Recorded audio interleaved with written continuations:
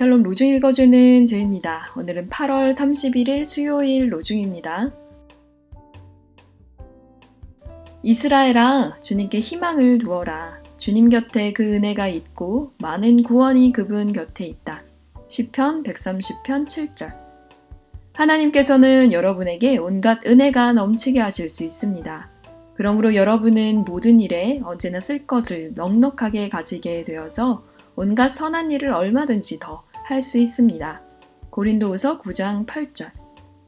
주님께서 가까이 계심을 느끼는 하루 되세요. 샬롬 하올람. 좋은 아침입니다. 오늘은 헌금, 그러니까 연보에 대한 이야기를 말씀을 바탕으로 나누고자 합니다. 대부분의 한국교회, 어느 교회든 방문을 해보면요, 참 많은 헌금 봉투가 있어요.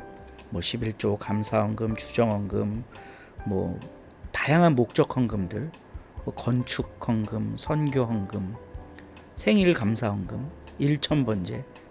이 일천번제는 정말 잘못 사용하고 있는 건데요. 천번 예배드리라는 게 아니에요. 솔로몬이 1000마리의 짐승을 잡아서 드렸던 일회적인 제사였습니다. 1000의 번제를 드린 거예요. 그러니까 1000마리의 번제. 그러니까 1000번을 나눠서 예배 1년 동안 하루에 3번씩 매일 하면 1000번 드릴 수 있잖아요. 그렇게 하면서 예물을 드려라, 이런 식으로 적용해서는 안 되는 헌금인데 한국교회 안에 좀 이상하게 자리 잡은 면이 있어요. 여러 가지 헌금들을 하고 있죠. 근데 그 헌금이 대체로 어디에 쓰이느냐 하면요, 그 교회를 유지하는 데 사용됩니다. 그 교회를 위해서 사용되는 거죠. 그런데 문제는 그 비율이 너무 높다는 거예요. 자기 교회를 위해서 사용하는 비율이 너무 높다는 겁니다. 그래서 오늘 바울이 고린도 교회의 한 이야기에 우리가 좀 귀 기울여 볼 필요가 있는데요. 고린도 교회는 상당히 부유한 교회였던 것 같습니다. 당연히 재정도 넉넉했겠죠. 그래서 바울은 그 재정을 다른 곳으로 흘려보내야 된다라는 취지에서 이 고린도후서 9장 1절부터 15절까지를 쓰고 있어요. 이 말씀을 다 읽어보시면 좋습니다. 그런데 바울의 이 가르침을 진공 상태에서 모든 교회에 동일하게 적용하면요, 좀 슬퍼져요. 왜냐하면 교회를 지키는데, 그러니까 그 교회를 존재하게 하는데 온 힘을 쏟고 있는 작은 교회가 한국에 엄청나게 많거든요. 10,000명이 넘는 교회는 29개밖에 없고요. 재정적으로 자립해 있는 교회는 한 20% 남짓이라고 해요. 그럼 나머지 80%는 교회가 존재하는데, 이 땅에 있게 하는데 온 힘을 쏟고 있는 작은 교회들이 대다수입니다. 그런데 그 교회들에게 흘려보내라, 바울이 고린도서에서 이렇게 이야기하지 않았냐, 다른 거 도와라, 이러면 그 교회가 그걸 감당할 수 있을까? 그렇지 않죠. 이 말씀은요, 20%의 교회가 귀를 열고 들어야 하는 말씀입니다. 마케도니아에 있는 교회들을 좀 도와라, 바울이 이렇게 이야기하고 있는데요. 데살로니가, 빌립보, 베레아, 이런 교회들이 속한 지역입니다. 마케도니아는. 그 바울이 어려움에 처한 교회를 도와라 라고 말할 때는 단순히 고린도 교회 너희들 부자니까 돈 갈라서 가난한 사람들 나눠줘, 그냥 단순히 이런 뜻이 아닙니다. 주님의 몸된 다른 교회들도 돌아볼 줄 알아라라는 거죠. 작은 교회나 큰 교회나 대부분의 재정을 자기 교회를 위해 쓰잖아요. 작은 교회는 어쩔 수가 없어요. 물론 작은 사역들을 통해서 선교도 하고 마을 목회도 하고 여러 가지 일을 할 수 있겠죠. 그런데 작은 교회는 원론적으로 자기를 돌보는 데 집중할 수밖에 없습니다. 어느 정도 넉넉한 교회는요, 반드시 해야 할 일이 있는데요, 주위를 돌아보는 거예요. 다른 교회들은 어떻게 하고 있나?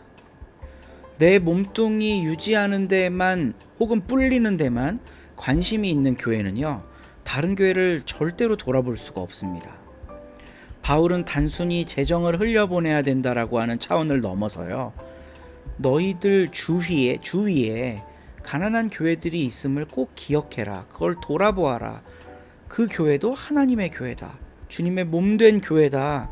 라는 걸 일깨우고 있습니다. 그래서요, 이 고린도후서 9장 1절부터 15절까지를 잘 읽어보면요, 바울은 이 연보의 행위를 하나님께 영광이 되는 것과 연결시키고 있어요. 13절 말씀에요, 여러분이 이 봉사의 결과로 그들은, 그러니까 받은 사람들이 하나님께 영광을 돌릴 것입니다. 이렇게 이야기를 해요. 그러니까 단순히 어떤 교회와 작은 교회 간에 은혜의 관계를 맺으라는 게 아니라, 그러니까 큰 교회가 작은 교회 도왔다, 뭐 이런 거를 자랑하라는 게 아니라 주위의 다른 기독교 공동체를 돌아봄으로써 그 일이 하나님께 영광이 되게 하라는 바울의 가르침입니다. 우리 서로교회는 정말 작은 공동체지만요, 이 작을 때부터 주위를 돌아볼 줄 아는 넉넉한 공동체가 됐으면 좋겠어요. 우리 지역에는 어떤 교회들이 있는지, 또 우리와 함께 연대할 수 있는 다른 공동체들이 어디에 있을지, 이런 걸 돌아보며 신앙생활하는 우리 서로교회 됐으면 좋겠습니다. 오늘 함께 읽을 새 한글 성경 본문은 마태복음 18장이고요. 정지영 집사님이 낭독해 주십니다.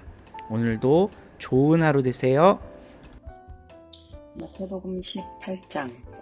바로 그 시간에 제자들이 예수님께 다가와서 여쭈었다.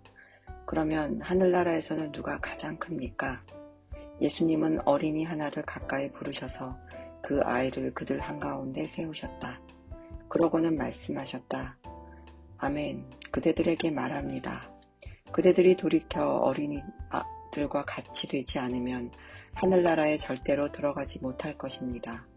그러므로 누구라도 자기를 낮추어 이 어린이처럼 되는 사람, 그 사람이 하늘나라에서 가장 큰 사람입니다. 또 누구라도 내 이름 때문에 이런 어린이 하나를 맞아들이는 사람은 나를 맞아들이는 것입니다. 나를 믿는 이 작은 사람들 가운데 하나를 죄의 유혹에 걸려 넘어지게 하는 사람이 있다고 합시다. 그런 사람은 나귀가 돌리는 아주 큰 방앗간 맷돌을 자기 목에 둘러 매달고 깊은 바다에 빠지는 것이 자기에게 유익해요. 끝장입니다. 세상은 죄의 유혹에 걸려 넘어지게 하는 일들 때문이에요. 그 걸려 넘어지게 하는 일이 일어나는 것은 피할 수 없어요. 그러나 끝장입니다. 걸려 넘어지게 하는 일이 일어나게 하는 그 사람은 그대의 손이나 발이 그대를 죄의 유혹에 걸려 넘어지게 하면 그걸 잘라서 내버리세요. 손이나 발이 하나 없이 생명에 들어가는 것이 두 손 두 발 다 가지고 영원한 불에 던져지는 것보다 낫습니다. 또 그대의 눈이 그대를 죄의 유혹에 걸려 넘어지게 하면 그걸 뽑아서 내버리세요. 눈 하나로 생명에 들어가는 것이 두 눈 다 가지고 불이 이글거리는 지옥에 던져지는 것보다 낫습니다. 주의하세요. 이 작은 사람들 가운데 하나라도 깔보지 마세요. 그대들에게 말합니다. 하늘에서 그들의 천사들이 내 아버지 곧 하늘에 계신 분의 얼굴을 줄곧 뵙고 있으니까요. 그대들 보기에는 어떤가요? 어떤 사람에게 양 100마리가 있는데 그 가운데 하나가 길을 잃어 헤매고 있다고 합시다. 99마리는 산에 두고는 가서 길 잃은 양을 찾지 않겠어요. 찾아내게 되면 아멘 그대들에게 말합니다. 그 양을 두고 더 기뻐할 겁니다. 길을 잃지 않은 99마리에 대해서보다요. 그대들의 아버지 곧 하늘에 계신 분도 마찬가지입니다. 이 작은 사람들 가운데 하나를 잃어버리는 것은 그분의 뜻이 아닙니다. 그대의 형제자매가 그대에게 죄를 지으면 가서 그 사람하고 만나서 그의 잘못을 바로잡아 주세요. 그 사람이 그대 말을 들으면 그대는 그대의 형제자매를 되찾는 겁니다. 듣지 않으면 한두 사람을 더 데려가세요. 증인 2명이나 3명의 진술에 근거해서 모든 일이 확정되도록 하세요. 그들의 말도 흘려들으면 교회에 얘기하세요. 교회의 말마저 흘려들으면 다른 민족이나 세금업자처럼 대하시기 바랍니다. 아멘. 그대들에게 말합니다. 그대들이 무엇이든 땅에서 묶어두면 하늘에서도 묶여 있을 것입니다. 또 그대들이 무엇이든 땅에서 풀어두면 하늘에서도 풀려 있을 것입니다. 다시 한번 아멘 그대들에게 말합니다. 그대들 가운데 두 사람이 땅에서 같은 목소리를 내면 달라고 하는 것이 뭐가 되었든 내 아버지 곧 하늘에 계신 분께서 다 들어주실 것입니다. 두세 사람이 내 이름 아래 함께 모인 곳 거기에는 그들 가운데 내가 있습니다. 그때에 베드로가 다가와 예수님께 여쭈었다. 주님, 제 형제자매가 저에게 죄를 지으면 몇 번이나 용서해 줄까요? 7번까지면 될까요? 예수님이 말씀하신다. 그대에게 말합니다. 7번까지가 아니라 77번까지라도 용서해 주세요. 이렇기 때문에 하늘나라는 어떤 임금의 경우와 같습니다. 임금이 자기 종들과 장부를 맞춰보고 싶어 했어요. 장부를 맞춰보기 시작했을 때 한 사람이 끌려왔는데 10,000달란트 빚진 사람이 있었어요. 그는 갚을 능력이 없었어요. 주인은 그에게 명령하여 아내든 자식들이든 가진 것은 뭐든 다 팔아서 갚으라고 했어요. 그러자 그 종은 무릎을 꿇고 거듭 엎드려 절하며 빌었어요. 너그럽게 저를 좀 참아주십시오. 그러면 다 갚아드리겠습니다. 바로 그 종의 주인이 가슴 아프게 여겨서 그를 놓아주었어요. 갚아야 할 빚도 없는 것으로 해주었어요. 그런데 바로 그 종이 나가서 자기와 함께 일하는 다른 종 하나와 마주쳤어요. 그 다른 종은 그에게 100데나리온을 빚지고 있었어요. 그는 그 다른 종을 붙잡아 목을 조이며 말했어요. 빌려간 것을 모조리 갚아라. 그러자 그와 함께 일하는 다른 종이 꿇어 엎드려 그에게 사정사정했어요. 너그럽게 나를 좀 참아주시게. 그러면 갚아주겠네. 그러나 그는 그러고 싶지 않았어요. 나아가서 그 다른 종을 감옥에 쳐넣었어요. 빚을 갚을 때까지요. 그러자 함께 일하는 또 다른 종들이 이런 일을 보고서는 몹시 괴로워했어요. 그래서 그들은 자기들 주인에게 가서 일어난 일을 다 설명드렸어요. 그때의 주인이 그 종을 가까이 불러서 말합니다. 못된 종아, 내가 너의 그 빚을 다 없는 것으로 해주었다. 내가 나에게 사정사정하기에 말이다. 그랬으면 너도 너와 함께 일하는 다른 종을 불쌍히 여겼어야 마땅하지 않느냐. 나도 너를 불쌍히 여긴 것처럼 말이다. 화가 치밀어서 주인은 고문하는 사람들에게 그 종을 넘겨주었어요. 빚을 진 것을 다 갚을 때까지요. 나의 하늘 아버지께서도 그대들에게 그렇게 하실 겁니다. 그대들이 저마다 형제자매를 마음으로부터 용서하지 않으면 말입니다.